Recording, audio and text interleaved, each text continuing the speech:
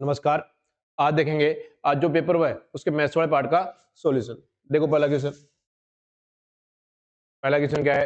यदि 5 sin theta बराबर 4 है तो sec theta plus 4 cot theta बटे 4 tan theta minus 5 cos theta का मान ज्ञात कीजिए। देखो इस क्वेश्चन में करना क्या है। sin थीटा की अगर मैं वैल्यू निकालूं तो sin थीटा की जो 7 5 है वो बट्टे में चला जाएगा 4/5। और sin थीटा होता क्या है, परपेंडिकुलर बटे हाइपोटेन्यूज। तो क्वेश्चन का आंसर निकालने के लिए चार वैल्यू और चाहिए। कौन सी sec theta, cot theta, tan theta और कोस थीटा। अब बात करें सेक थीटा की। सेक थीटा होता है कर्ण यानी हाइपोटेन्यूज बटे बेस। बात करें कोट थीटा की, वो होता है बेस अपॉन परपेंडिकुलर यानी आधार बटे लंब। बात करें टेन थीटा की तो वो होता है कोट थीटा का उल्टा यानी पी बटे बी, परपेंडिकुलर बटे बेस। बात करें कोस थीटा की, कोस थीटा होता है सेक थीटा का उल्टा, कोस थीटा होता है सेक थीटा का उल्टा। यहाँ एच बटे बी है तो यहाँ होगा बी बटे एच। अब देखो तीन चीज आ रही है, पी बी और एच। यहाँ पी की वैल्यू 4 है, एच की वैल्यू कितनी है 5, लेकिन जो चाहिए वो क्या चाहिए, बेस। तो बेस क्या होता है under root H square minus P square. या तो इसमें मान रख के निकाल लो, या फिर समकोण त्रिभुज में होता क्या है कि दो भुजाएं अगर 4 और 5 है, तीसरी भुजा कितनी होती है 3, 3 4 और 5। तो यहाँ से बी की वैल्यू कितनी आ गई, बी की वैल्यू कितनी आ गई 3। अब सिर्फ मान रखना है। अब देखो सेक थीटा की बात करें तो सेक थीटा होता है एच बटे बी, यानी एच का मान है 5 और बी का मान कितना है 3। प्लस बात करें कोट थीटा की तो 4 गुणा कोट थीटा कितना है बी और पी, बी का मान है 3 और पी का मान कितना है 4। बात करें टेन थीटा की तो टेन थीटा है वो कितना है पी बटे बी, तो पी का मान है 4 और बी का मान है 3। माइनस 5 गुणा तो कोस थीटा का मान कितना निकाला था 3/5। बी है 3 और एच कितना है 5, 3/5। अब देखो इस इक्वेशन को सोल्व करते हैं आंसर आ जाएगा 4 से 4 कैंसिल, 5 से 5 कैंसिल। अब इसको ऊपर वाले को सोल्व करो तो एलसीएम आ जाएगा 3, 3 इंटू 3 कितना हो गया 9, 9 और 5 कितना आ जाएगा 14/3। अब इसको सोल्व करो तो 3 इंटू 3 9 और 4 इंटू 4 कितना हो जाएगा 16। और 16 में से अगर मैं 9 माइनस करूँ तो 7/, नीचे वाला पार्ट को सोल्व करने के बाद आया 7/3, 3 से 3 कैंसिल हो गया, 14 में 7 का भाग दो तो आंसर कितना आ जाएगा। तो कौन सा ऑप्शन है, बी ऑप्शन। देखो नेक्स्ट क्वेश्चन। एक चक्करीय चतुर्भुज ए बी सी डी की भुजाएं ए बी और डी सी बिंदु ई पर मिलने के लिए आगे बढ़ाई जाती है। देखो पहले तो चक्करीय चतुर्भुज बनाओ। चक्करीय चतुर्भुज होता क्या है, चक्करीय चतुर्भुज होता है जिसके चारों शीर्ष वर्त की परिधि पे हो। ये ए बी और सी और डी कंटिन्यू होनी चाहिए। इसको आगे बढ़ा रहा हूं तो ये ई पर मिलने चाहिए, यहाँ ई पर मिला दिया ई। और इनको अगर मैं आगे बढ़ाऊं, इनको अगर आगे बढ़ाऊं तो मिलेंगे एफ पर। अब जो इंफॉर्मेशन दे रखी है वो दे रही है कोण ए डी सी बराबर 75 डिग्री। कोण ए डी और सी ये 75 डिग्री। आगे दे रखा है कोण बी ई सी, कोण बी ई ये वाला है 52 डिग्री। मान ज्ञात करना है कोण बी ए डी और ए एफ बी का अंतर। बी ए डी कौन सा है ये वाला और ए एफ बी कौन सा है ये वाला, यानी दोनों एंगल का अगर पता हो जाएंगे तो उनका डिफरेंस लेना है। तो चक्रीय चतुर्भुज में होता क्या है, आमने सामने के कोणों का योग कितना होता है 180। तो ये कितना बचा 105 डिग्री, ये कितना बचा 105 डिग्री। अब ये वाला एंगल 105 है तो एक ही सरल रेखा में बने कोण 180 डिग्री होता है, तो ये कितना हो गया 75 डिग्री, 75 डिग्री।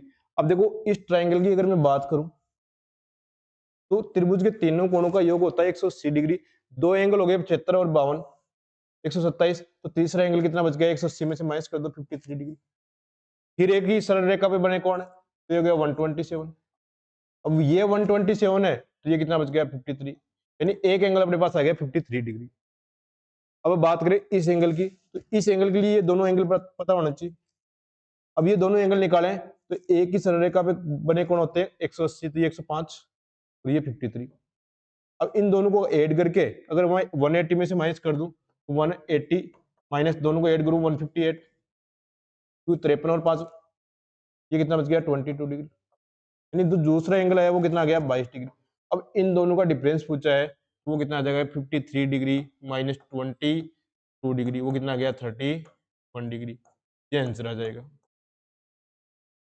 कौन सा ऑप्शन है? D option. देखो नेक्स्ट क्वेश्चन,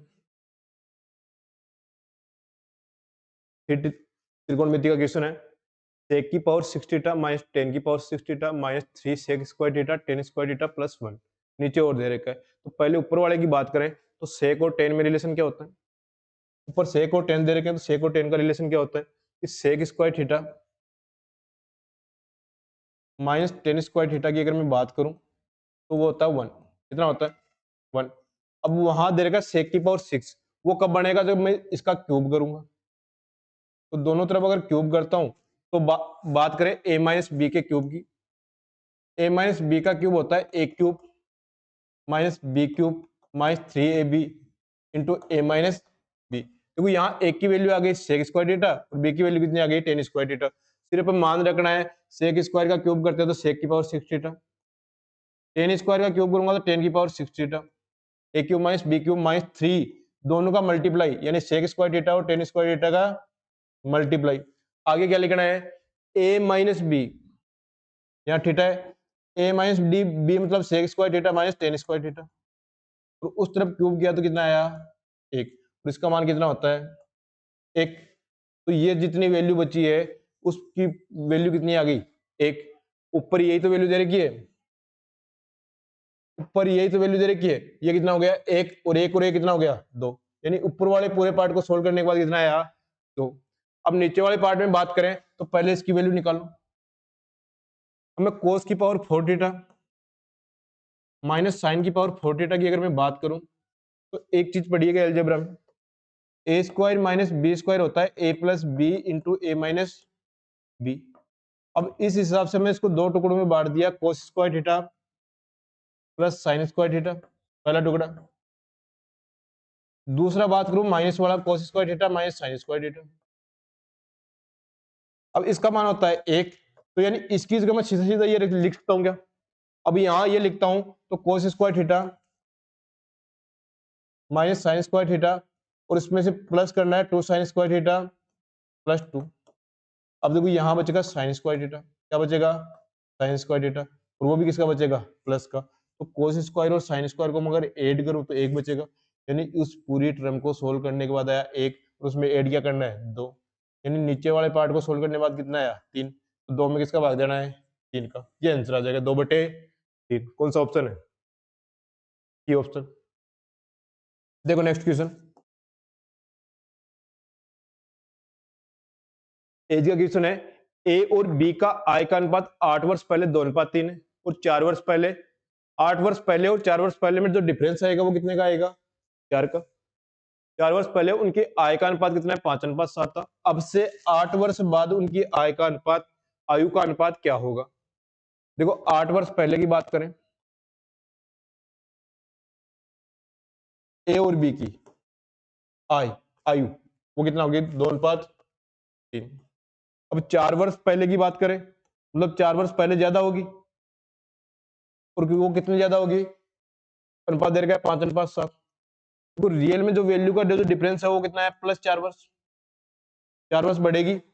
अब देखो दोनों की 4-4 बढ़ेगी तो डिफरेंस सेम होना चाहिए, तो डिफरेंस सेम करने के लिए क्या करते हैं, जो यहाँ जो डिफरेंस होता है उसको ऊपर वाली संख्या से मल्टीप्लाई कर देते हैं।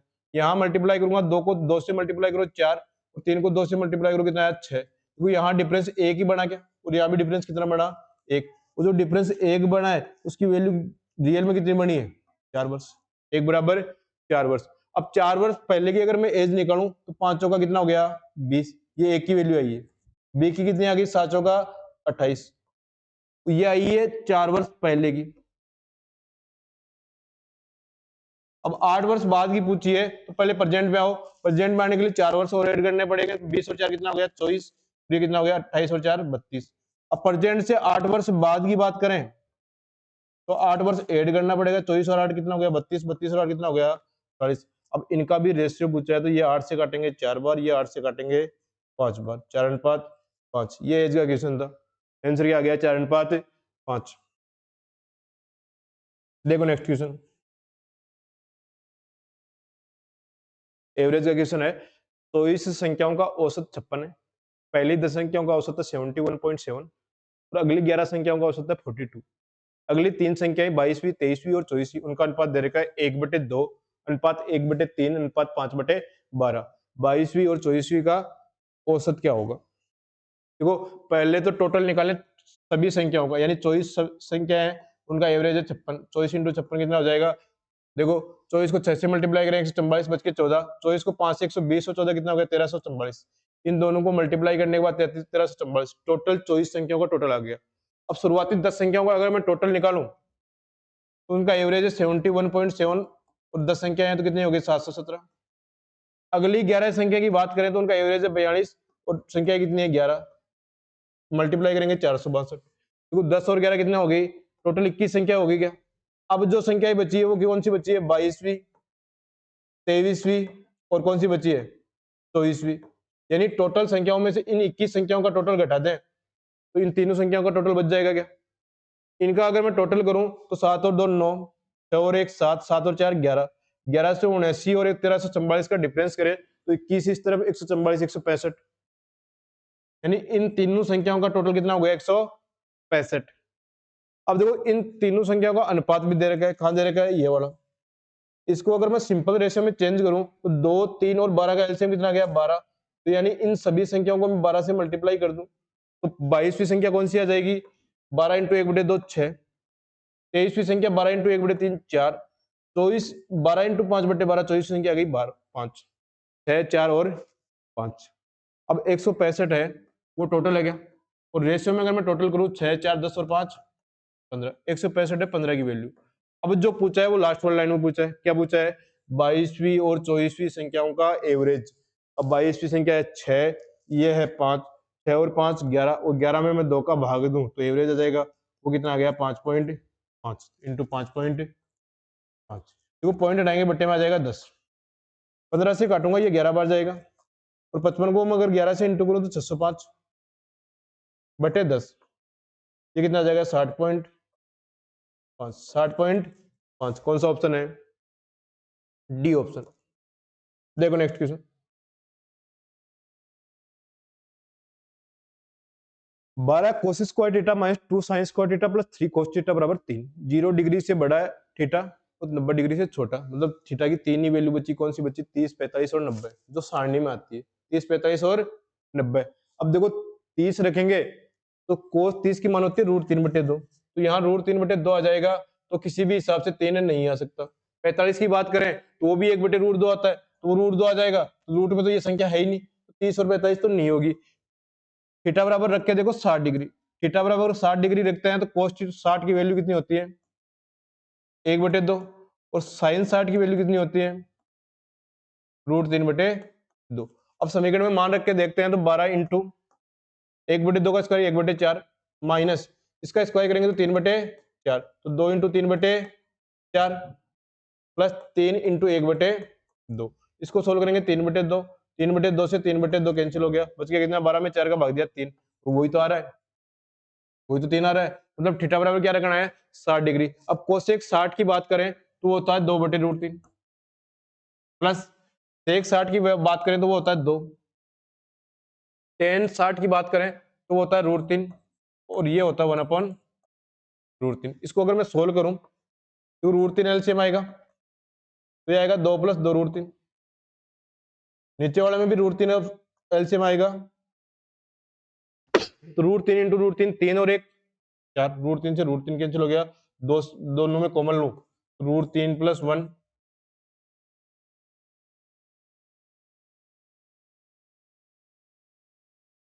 2/√3 + 2, ठीक है, √3 प्लस, ठीक है 4/2, तो 1 + √3 2 कॉमन ले लूं तो ये बचा √3 + 1/4।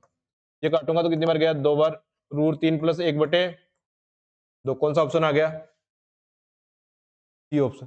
देखो आगे थी सिर्फ कैलकुलेशन, मेन जो काम था वो थीटा का मान याद करना था, और थीटा का मान कितना आया? 60 डिग्री। थीटा का मान 60 डिग्री रखते हैं आंसर आ जाएगा। देखो नेक्स्ट क्वेश्चन। एक दुकानदार ने 10% की छूट पर 80% चावल खरीदा इसके अलावा 20 किलोग्राम चावल की खरीद से 1 किलोग्राम चावल मुफ्त भी प्राप्त हुआ। यदि वह अंकित मूल्य पर चावल बेचता है तो उसका लाभ प्रतिशत क्या होगा? तो देखो, एक तरफ लिख लो सीपी और एक तरफ लिख लो एमआरपी। अब 10% की डिस्काउंट है, मतलब 1/10। एमआरपी अगर 10 है तो सीपी कितना होगा? 9। अब देखो, उसको 20 किलोग्राम चावल की खरीद में उससे 1 किलोग्राम चावल मुफ्त भी प्राप्त हुआ, मतलब 20 और 1 कितना हो गया? 21। अब 21 किलो चावल में से एक मुफ्त मिल रहा है, मतलब एमआरपी तो उसको प्राप्त हो रहा है 21 और उसका खर्च हो रहा है वो कितना हो रहा है? 20। इसको अगर मैं सोल्व करूं तो 1 जीरो से 1 जीरो कैंसिल हो गया, 3 से काटूं तो ये 3 बार और ये कितनी बार गया? 7 बार। तो सीपी अगर 6 है तो एमआरपी कितनी होगी? 7। कितने का प्रॉफिट हो गया? 1 का। कितने पे? 6 पे। और 1/6 का मान क्या होता है? 16/2/3%। 16/2/3%। कौन सा ऑप्शन है? A option. देखो, त्रिभुज ए बी सी की भुजा बीसी का मध्य बिंदु क्या है? डी। भुजा एसी पर बिंदु इस प्रकार स्थित है कि सी बराबर 1/3 एसी। बीई और एडी एक दूसरे को बिंदु जी पर प्रतिच्छेद करते हैं, AG/GD। देखो, इस क्वेश्चन को किस प्रकार से सॉल्व करना है? ए बी सी, बीसी का मध्य बिंदु क्या है? डी है, तो ये डी हो गया। ठीक है। एसी पर ई इस प्रकार से है कि ए सी ई 1/3 है एसी का, यानी ये टोटल 3 है तो ये 1 है और ये कितना है? 2। यानी ए अनुपात ईसी कितना आ गया? 2:1। अब मैं बात करूं बी को मिलाऊं तो ये मिलेंगे जी पर, दे रखे। अब पूछा क्या है? ए जी अनुपात जी डी। देखो, इनका अनुपात 2। देखो, ये सीधी कंडीशन बनती है जब ज्योमेट्री पढ़ेंगे या पढ़ी है तो उसमें पढ़ा होगा कि इनका अनुपात अगर 2:1 है तो इनका अनुपात होता है 4:1। ऑप्शन है क्या? कौन सा ऑप्शन है? C option. आंसर क्या आ जाएगा? सी। नेक्स्ट क्वेश्चन है, सुधा ने रेणु को एक वस्तु 20% की हानि पर 576 रुपए में बेची। 20% की हानि पर बेची और रेणु को बेची, तो 20% का मतलब क्या हो गया? 1/5। यानी जो वस्तु 5 की थी उसको कितने में बेची? 4 में। और इस 4 का मान दे दिया 576, तो 4 का मान 576 है तो 5 का मान कितना हो जाएगा? 720। क्योंकि 144 गुना है, ये भी 144 गुना, यानी सुधा का जो रुपए लगे थे वो 720। ठीक है, आगे बोल रहा है रेणु ने परिवहन पर 224 रुपए की राशि खर्च की, तो उसके लिए जो टोटल सीपी है वो कितना हो गया? 224 और ये हो गया 800 रुपए। तो रेणु के जो खर्च हुए हैं वो कितने हो गए? 800 रुपए। आगे बोल रहा है इसे रघु को ऐसी कीमत पर बेचा जिससे उसको 24% का लाभ प्राप्त हुआ। देखो, 800 को अगर मैं 24% की बात करूं तो 24%, 800 को अगर मैं 24% निकालूं तो 192 हो गया क्या? 192। तो ये कितने में बेचा रघु को? 992 में। कितने में बेचा? 992 में। रेणु के लिए लाभ का प्रतिशत क्या होगा? तो सुधा को 24% का लाभ हो, सुधा को 24% का लाभ होगा तो 720 का 24% निकालना है। 720 का अगर मैं 24% निकालूं इंटू 100, 1 जीरो से 1 जीरो कैंसिल हो गया, तो इसको 2 से मल्टीप्लाई किया 48, तो इसको 7 से मल्टीप्लाई किया 168, 1728, 172.8। इस 720 में अगर मैं 172 ऐड करूं, ये 992 में नहीं बेचा, इन दोनों को ऐड करें तो कितना आया? 892.8। 892.8। यहाँ जो प्रॉफिट हुआ वो कितना हुआ है? 92.8 का। और कितने में हुआ है? 800 पे। इंटू 2, 2 जीरो से 2 जीरो, 92.8 में अगर भाग दूंगा तो 11 बार जाएगा और 0.6 बार, 11.6। कौन सा ऑप्शन है? B option. देखो, यहां ध्यान रखना, जो ये प्रॉफिट दे रखा है वो किस पे दे रखा है? सुधा पे 24%। यानी सुधा के लिए जो 720 रुपए थे उसका 24% 172.8 का लाभ हुआ, तो 720 प्लस 172.8 कितना हो गया? 892.8। रघु को बेचा 892.8 और रेणु के जो खर्च हुए थे वो हुए थे 800 रुपए। कितने का प्रॉफिट हो गया? 92.8 का। कितने पे? 800 पे इंटू 100, 11.6। कौन सा ऑप्शन है? बी। देखो नेक्स्ट क्वेश्चन, ओ केंद्र वाले एक वर्त की दो जीवाएं ए बी और सी डी बिंदु पी पर एक दूसरे को प्रतिच्छेदित करती है, यदि कोण एपीसी बराबर 95 डिग्री और कोण एओडी बराबर 110 डिग्री तो कोण बीओसी का मान ज्ञात कीजिए। देखो फिर ज्योमेट्री का, आज शुरुआत में त्रिकोणमिति और ज्योमेट्री, और वो भी अच्छे क्वेश्चन खूब आए। ये मान लिया ए बी,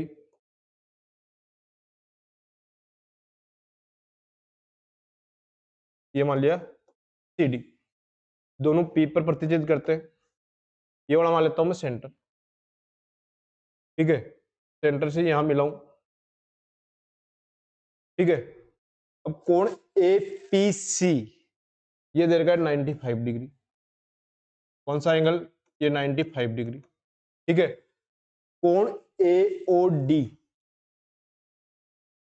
ए इसको मान लेते हैं ओ, एओडी दे रखा है 110 डिग्री। अब इसको अगर मैं अक्ष डिग्री मानूं तो वो एसी चाप के द्वारा, इसको अगर मैं यहां मिला दूं, अक्ष है तो ये वाला एंगल क्या होगा, x बाई टू, क्योंकि केंद्र पर अक्ष है तो परिधि पे क्या होगा, x बाई टू, क्योंकि सेम चाप है ना एसी, एसी से केंद्र पर अक्ष है तो परिधि पे क्या हो जाएगा, x बाई टू। अब बात करें, यहां से मिला दूं, यहां से अगर मैं मिलाऊं और इस एंगल को अगर मैं मानूं y, इस एंगल को क्या मान लिया, y, इस एंगल को अगर y मान लिया तो देखो बीडी चाप से केंद्र पर एक एंगल है y, और इसी चाप से परिधि पर y एंगल होगा, वो क्या होगा, y बटे 2। यहां तक समझ में आया क्या? अब देखो जो 95 है वो इस ट्राइंगल का एक्सटीरियर एंगल है क्या, मतलब एक्सटीरियर एंगल है 95 डिग्री, वो इंटीरियर एंगल दोनों एंगल्स के योग के बराबर होता है, x बटे 2 प्लस y बटे 2 बराबर 95 डिग्री, यानी यहां से x प्लस वाई बराबर कितना आ जाएगा, 190 डिग्री, 190 डिग्री। देखो ये पूरा सर्किल होता है वो 360 डिग्री का होता है, तो 110 degree plus x plus Y plus जो पूछा है कोण बी ओ सी, ये चारों एंगल हो गए, वो कितना होता है 360 डिग्री। अब ये 190 आ गया, 190 और 110 कितना हो गया, 300। अब कोण बी ओ सी का मान निकालना है तो 360 में से 300 माइनस कर दो, कितना आ गया, 60 डिग्री। कौन सा क्वेश्चन है, कौन सा ऑप्शन है, बी ऑप्शन। देखो आज ज्योमेट्री के जो दोनों क्वेश्चन आए दोनों बढ़िया है, त्रिकोणमिति के भी दोनों तीनों क्वेश्चन बढ़िया थे, तो आज का पेपर बहुत एडवांस मैथ्स अच्छे थे। एक निश्चित राशि पर 16 से 2/3% प्रति वर्ष की दर से 3 वर्ष के लिए चक्रवृद्धि ब्याज 6,350 रुपए है, उसी राशि का उसी दर पर 5 से 2/3 वर्ष के लिए साधारण ब्याज क्या होगा। तो 16 से 2/3% की बात करें तो 1/6, यानी प्रिंसिपल अगर 6 होगा तो अमाउंट कितना होगा, 7, अमाउंट कितना होगा, 7।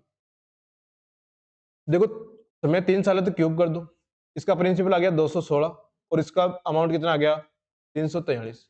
अब प्रिंसिपल और अमाउंट का जो डिफरेंस होता है वो यही होता है क्या, वो कितना आ गया, 127।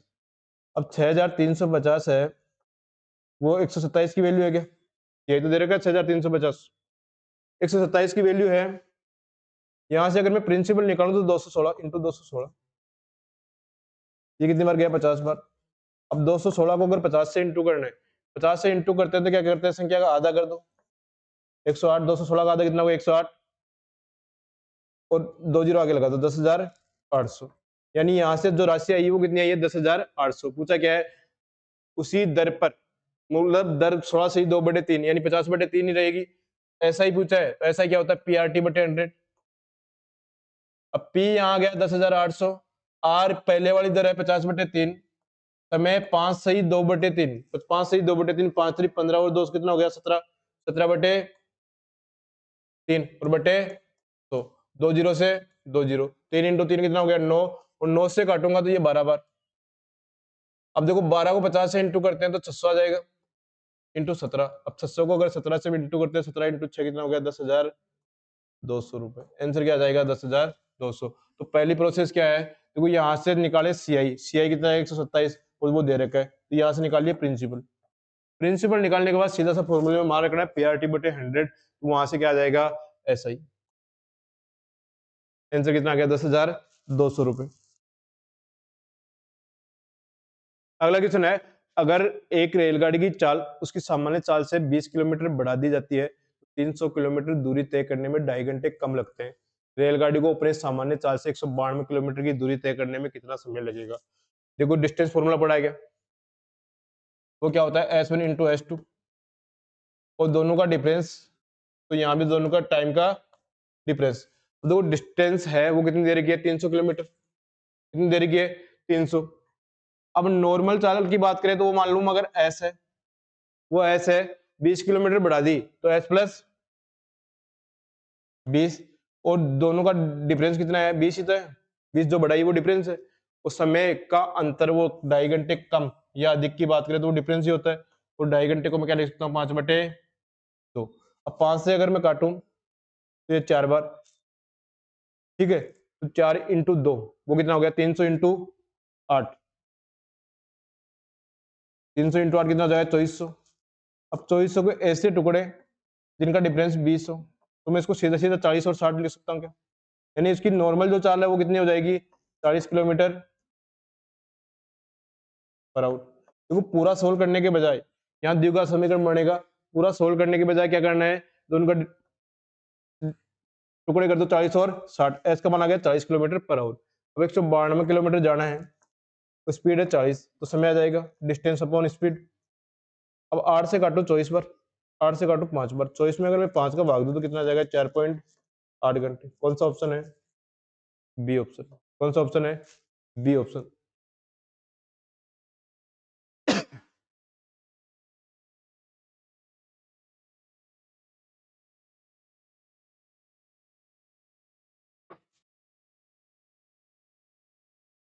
देखो नेक्स्ट क्वेश्चन।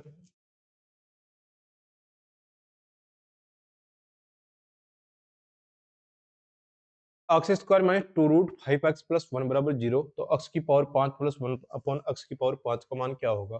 सबसे पहले अक्स की पावर 5 प्लस 1 अपॉन अक्स की पावर 5 का फॉर्मूला लिखो। फॉर्मूला क्या होता है? X cube plus 1 upon x cube. इसको मल्टीप्लाई करना होता है एक्स स्क्वायर प्लस 1 अपॉन अक्स स्क्वायर से, और इसमें से माइनस करना होता है क्या? अक्स प्लस 1 अपॉन अक्स। देखो तीनों इंफॉर्मेशन अपने पास होनी चाहिए। अब जो दे रखा है वो क्या दे रखा है? X square minus 2√5 x plus 1 बराबर 0। अब इस फॉर्म में चेंज करने के लिए मैं अक्स का भाग दे दूं दोनों तरफ। अब 0 में किसी भी संख्या का भाग दो 0 रहेगा 0। यहाँ सोल्व करें तो X minus 2√5 plus 1 upon X बराबर 0। यहाँ से एक्स प्लस 1 अपॉन एक्स बराबर क्या आ गया? 2√5। अब बात करें X cube plus 1 upon X cube की, वो क्या होता है? N cube minus 3n। मतलब ये अगर n है तो ये क्या होगा? N cube minus 3n। इसका अगर मैं क्यूब करूं तो 2 का क्यूब 8 और √5 का क्यूब कितना हो जाएगा? 5√5, यानी कि 40√5 हो जाएगा क्या? माइनस 3n, 3 दूनी कितना हो गया? 6 √5, ये आ गया 34 √5। एक्स स्क्वायर प्लस 1 अपन एक्स स्क्वायर की बात करें तो जो संख्या दे रखी है उसका स्क्वायर करके, यानी √5 का स्क्वायर 5, 5 चौका 20, इसमें से 2 माइनस करते हैं। 20 माइनस 2 कितना हो गया? 18। देखो तीनों वैल्यू अपने पास आ गई, सिर्फ फॉर्मूले में मान रखना है। मान रखेंगे तो देखो 34√5 इंटू 18 माइनस 2√5। मैं 34 को अगर 18 से मल्टीप्लाई करूँ, 18 चौका 72, 7 बच गया 18 54 और 7 112 √5 माइनस 2√5, ये कितना आ जाएगा? 610 √5। कौन सा ऑप्शन है? D option. देखो नेक्स्ट क्वेश्चन। पाइप ए और बी एक टैंक क्रमशः 10 घंटे और 40 घंटे में भर सकते हैं। सी टैंक से जुड़ा हुआ एक आउटलेट पाइप है। यदि सभी तीनों पाइपों को एक साथ खोला दिया जाए तो ए और बी द्वारा मिलकर टैंक को भरने में लगने वाले समय से 80 मिनट अधिक समय लगता है। ए और बी को 7 घंटे तक खोला जाता है और फिर बंद कर दिया जाता है, तो सी को खोल दिया जाता है। सी अब टैंक कितने घंटे में खाली कर देगा? देखो पहले ए और बी का समय दे रखा क्या, और दोनों बढ़ने वाले पाइप हैं तो 10 और 40, एलसीएम कितना आ जाएगा? 40। ये इसकी एफिशिएंसी 4 और इसकी एफिशिएंसी 1, यानी दोनों को जो मिलकर समय लगेगा वो कितना लगेगा? 40/5, 8 घंटे लगेगा। अब आगे जो बोल रहा है वो लिख करो एक बार। सी टैंक से जुड़ा हुआ एक आउटलेट पाइप है, यदि सभी तीनों पाइपों को एक साथ खोल दिया जाए, मतलब ए प्लस बी माइनस सी, तो उनको नॉर्मल समय से 80 मिनट अधिक समय लगता है। 80 मिनट की बात करूं तो 80/60, 20 से काटा 4 बार, ये 3 बार, तो 4/3, और 8 पहले, तो 8 + 4/3, यानी जो इन तीनों को मिलकर जो समय लगता है वो कितना हो गया, 28/3। अब ये समय आया है तो इन तीनों की अगर मैं एफिशिएंसी निकालूं तो ए प्लस बी माइनस सी, टोटल कार्य 40 है, समय का भाग दो 28, 3 ऊपर चला जाएगा, 4 से काटूं 10 बार, 4 से काटूं 7 बार, 30/7 आ गया।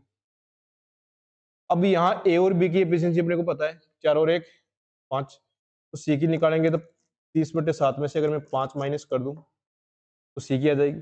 देखो ये आया -5/7, -5/7 का मतलब क्या हुआ, -5/7 का मतलब क्या हुआ कि इसकी एफिशिएंसी क्या है, खाली करने वाली है। ठीक है, आगे बोल रहा है ए और बी को 7 घंटे तक छोड़ा जाता है, तो 1 घंटे में 5 बन रहे हैं, ए और बी 7 घंटे तक छोड़ा जाता है, तो 7 × 5 कितना बढ़ जाएगा, 35। अब सी को खोल दिया जाता है, इन दोनों को बंद करके सी को खोल दिया जाता है, तो 35 भरा हुआ है, ये 5/7 खाली करता है, ऊपर 7 चला जाएगा, तो सी का समय आ जाएगा क्या, 7 × 7 कितना आ जाएगा, 49, 49 घंटे। कौन सा ऑप्शन है, बी ऑप्शन। देखो नेक्स्ट क्वेश्चन, यदि 708 x 6y 8 z 9 वाली 9 अंकों की संख्या 99 से विभाज्य है तो x + y + z का मान क्या होगा। देखो इन सबको ऐड करें तो 99 के लिए क्या करना पड़ेगा, 9 और 11 का भाजकता का नियम चेक करना पड़ेगा। इनको ऐड करो, 9 और 8 17, 17 और 6 23, 23 और 8 31, 31 और 7 38, 38 + x + y + z। देखो 38 से आगे वाली संख्या जो 9 से डिवाइड है 45, 54 और 63। देखो यहाँ x + y + z का मान आ रहा है 7, तो ऑप्शन में नहीं है।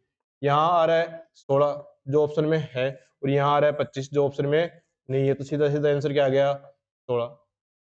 आंसर क्या आ जाएगा, बी ऑप्शन। देखो नेक्स्ट क्वेश्चन,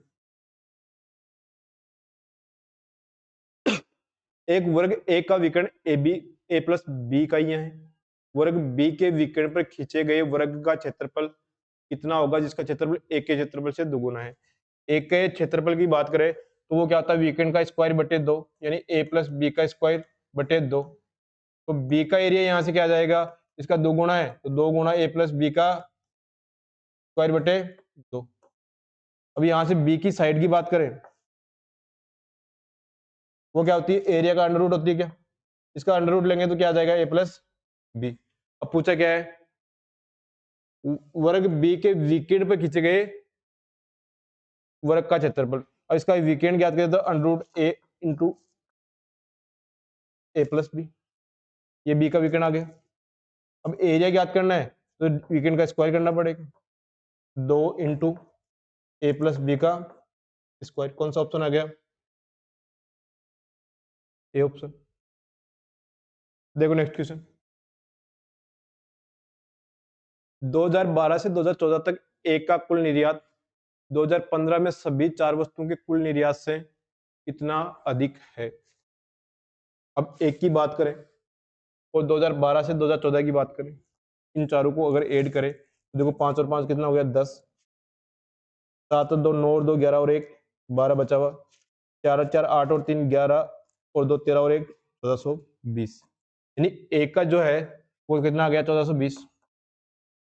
अब बात करें 2015 में सभी 4 वस्तुएं, 2015 का है, इन सबको अगर ऐड करूं तो देखो 6 और 5 11, 11 और 9 20, जीरो बच गया कितना, 2, 7 और 0 बचा हुआ कितना है, 2 9 बच गया कितना, बचा हुआ नहीं, 4 2 6 3 9 और 2 1190, तो 2015 वाला है वो कितना है, 1190। अब लास्ट लाइन पढ़ो, कितना प्रतिशत कम है, कितना कम है, 230 कम है क्या, और किससे कम है, 1420 से, × 100। अब इसको सोल्व करना है, सोल्व करें तो 1 0 से 1 0 कैंसिल, 2 से काटूं 115 और 2 से काटूं 71, तो 1150/71 भाग जाएगा एक बार, बचा कितना 440, इसमें भाग देंगे कितनी बार जाएगा 6 बार, 16 किसी ऑप्शन में है क्या, 16.7, ऑप्शन क्या जाएगा डी। देखो नेक्स्ट क्वेश्चन, 2014 और 2015 में वस्तु ए का कुल निर्यात 2014 और 15 ए का कुल निर्यात कितना है 425 और 400, ए का 825। ठीक, आगे बोल रहा है 2011 और 2015 में सी के कुल निर्यात, 2011 और 2015, सी 2011 और 2015 दोनों को अगर ऐड करूं तो कितना जाएगा 550। अब 275 से ये 2 बार कटा, ये 3 बार कटा, 3:2, कौन सा ऑप्शन है, बी ऑप्शन। देखो नेक्स्ट क्वेश्चन, 2010, 12 और 14 में डी का कुल निर्यात, डी है 10, 12 और 14, इनको ऐड करें तो 7 और 4 11, 11 और 9 20, 0 बच गया कितना 2, 4 और 1 5, 5 और 2 7, 2 और 2 4 और 3 770, यानी कि डी का 770 आ गया।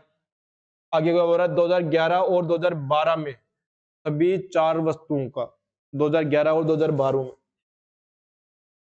इसकी बात हो रही है 2011 और 2012 की, इसको ऐड करूं तो 4 और 2 6, 6 और 4 10, 0 बच गया कितना 1, 8 और 4 12, 12 और 3 15 और 5 20 और 1 21 बच गया कितना 2, 2 और 2 4 और 1 5 और 2 7 और 2 9, 910 आ गया। इसको ऐड करूं 15 और 5 20 बच गया कितना 2, 4 और 3 7 और 3 10 और 2 12, 12 और 2 14 बच गया कितना 1, 2 और 1 3 और 2 5 और 2 7 और 1 8, 840। इन दोनों को अगर ऐड करें तो कितना जाएगा 1750 आ जाएगा क्या, 2011 प्लस 2012 1750, पूछा क्या है 770, 1750 का कितना परसेंटेज है इंटू 100। देखो 50 से काटूंगा 2 बार, 50 से काटूंगा एक जीरो काट दो सीधा, 25, 5 से काटा 2 बार, 5 से काटेंगे तो 35 बार, और मैं 35 से काटूंगा तो सीधा 22 बार जा रहा है, 22 का अगर मैं डबल करूं तो कितना आ जाएगा 44%। कौन सा ऑप्शन है, ए ऑप्शन। देखो नेक्स्ट क्वेश्चन, किस वर्ष में वस्तु डी का निर्यात 6 वर्षों के दौरान वस्तु के बी के औसत निर्यात का 1.4 गुना, यानी डी के निर्यात का 6 वर्षों के दौरान और बी के 1.4 गुना। देखो डी आई या आई नहीं है तो पिछले क्वेश्चन में चलते हैं। पिछले क्वेश्चन में क्या है, डी का देखो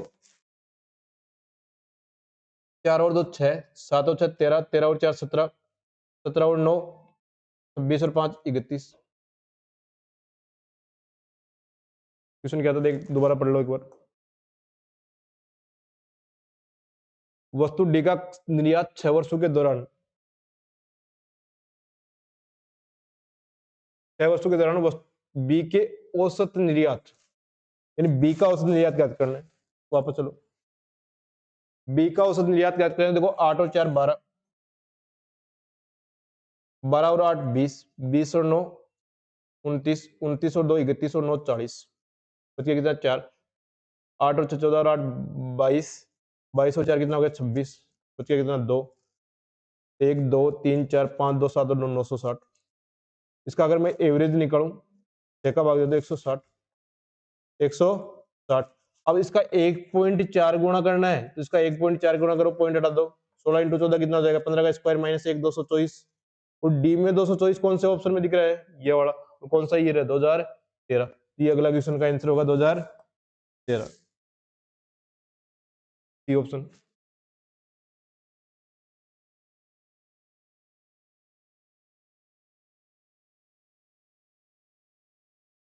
बोर्ड मास का क्वेश्चन है, पहले ऊपर वाले पार्ट को सोल्व करें तो 3 से ही 2/3, भाग 11/30 ऑफ 2/3 माइनस 1/4 ऑफ 2 से ही 1/2 भाग 3/5 गुणा 4 से ही 4/5। सबसे पहले ऑफ को सोल्व करें, तो ऑफ को अगर मैं सोल्व करूं तो देखो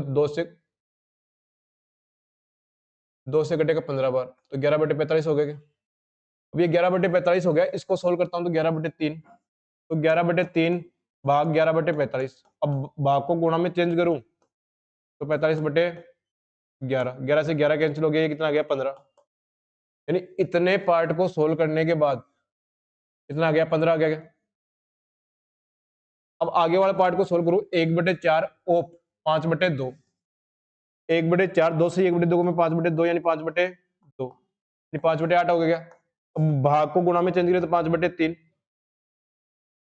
गुणा, इसको सोल्व करेंगे तो 5 का 20 और 4 24/5, 5 से 5 कैंसिल हो गया, 8 × 3 कितना हो गया 24, बच गया कितना 5। यानी आगे वाले पूरे पार्ट को सोल्व करने के बाद आया 5, तो 15 में से 5 जाएगा तो ऊपर कितना बचेगा 10। ऊपर वाले पार्ट को सोल्व करने के बाद आया 10। इसको अगर मैं सोल्व करूं ऑफ तो 2/5, 15/2 सोल्व करेंगे तो कितनी बार गया 3 बार। यानी इस पार्ट को सोल्व करने के बाद आया 3, और 3 में 3/4 का भाग देते हैं तो कितना आएगा 4, यानी इतना पार्ट आ गया 4। आगे सोल्व करो, 3/4 गुणा 3/2, इसको सोल्व करेंगे 9/4, उल्टा कर देंगे 4/9, 9 से 9 कैंसिल हो गया, 4 से 4 कैंसिल हो गया, बच गया 1/2, 1/2, तो 4 में से 1/2 जाएगा, कितना बचेगा 7/2। अब 10 में अगर मैं 7/2 का भाग दूं तो 2 ऊपर आ जाएगा, 20/7, 2 से 6/7। बोर्ड मास का रूल्स फॉलो करते हुए इसको सोल्व करना है, आंसर क्या जाएगा बी। देखो नेक्स्ट क्वेश्चन, एक परीक्षा जिसमें पूर्णांक 500 था, ए को बी की तुलना में 25% अधिक अंक प्राप्त हुए, बी को सी की तुलना में 60% अधिक प्राप्त हुए और सी को डी की तुलना में 20% अंक कम प्राप्त हुए। देख लो एक बार, ए को बी की तुलना में 25% अधिक, 25% का मतलब होता है 1/4, बी को 4 प्राप्त होगा, ए को 5 होगा। ऐसे सी और डी लिख लो, बी और सी का कंपैरिजन कर रहे हैं तो सी की तुलना में 60% अधिक बी को, 60% का मतलब क्या होता है 3/5, सी को 5 मिलेगा तो बी को कितना मिलेगा 8, ठीक है। उस सी को डी की तुलना में, सी को डी की तुलना में 20% कम, मतलब 5, डी को अगर 5 मिलेगा तो ये 4। अब देखो यहाँ 8 लिख लेता हूँ, यहाँ 4, यहाँ भी 4, यहाँ 4, यहाँ 4 और यहाँ 5, 4 4 कैंसिल हो गया, तो ए का आ गया 40, बी का आ गया 32, सी का आ गया 20 और ये कितना आ गया 5 × 25, तो ये अनुपात आ गया। अब लास्ट वाला लाइन पढ़ो, ए को 80% प्राप्त हुआ है, तो 40 का मान 80% है। पूछा है डी को तो 25 का कितना हो जाएगा 50%, डबल। आंसर क्या आ गया 50%। कौन सा ऑप्शन है, सी ऑप्शन। देखो नेक्स्ट क्वेश्चन, यदि 16 ए की power 4 plus 36 A square B square plus 81 B की पावर 4 बराबर 91 और 4 A square plus 9 B square minus 6 A B बराबर 13, तो 3 ए बी का मान ज्ञात कीजिए।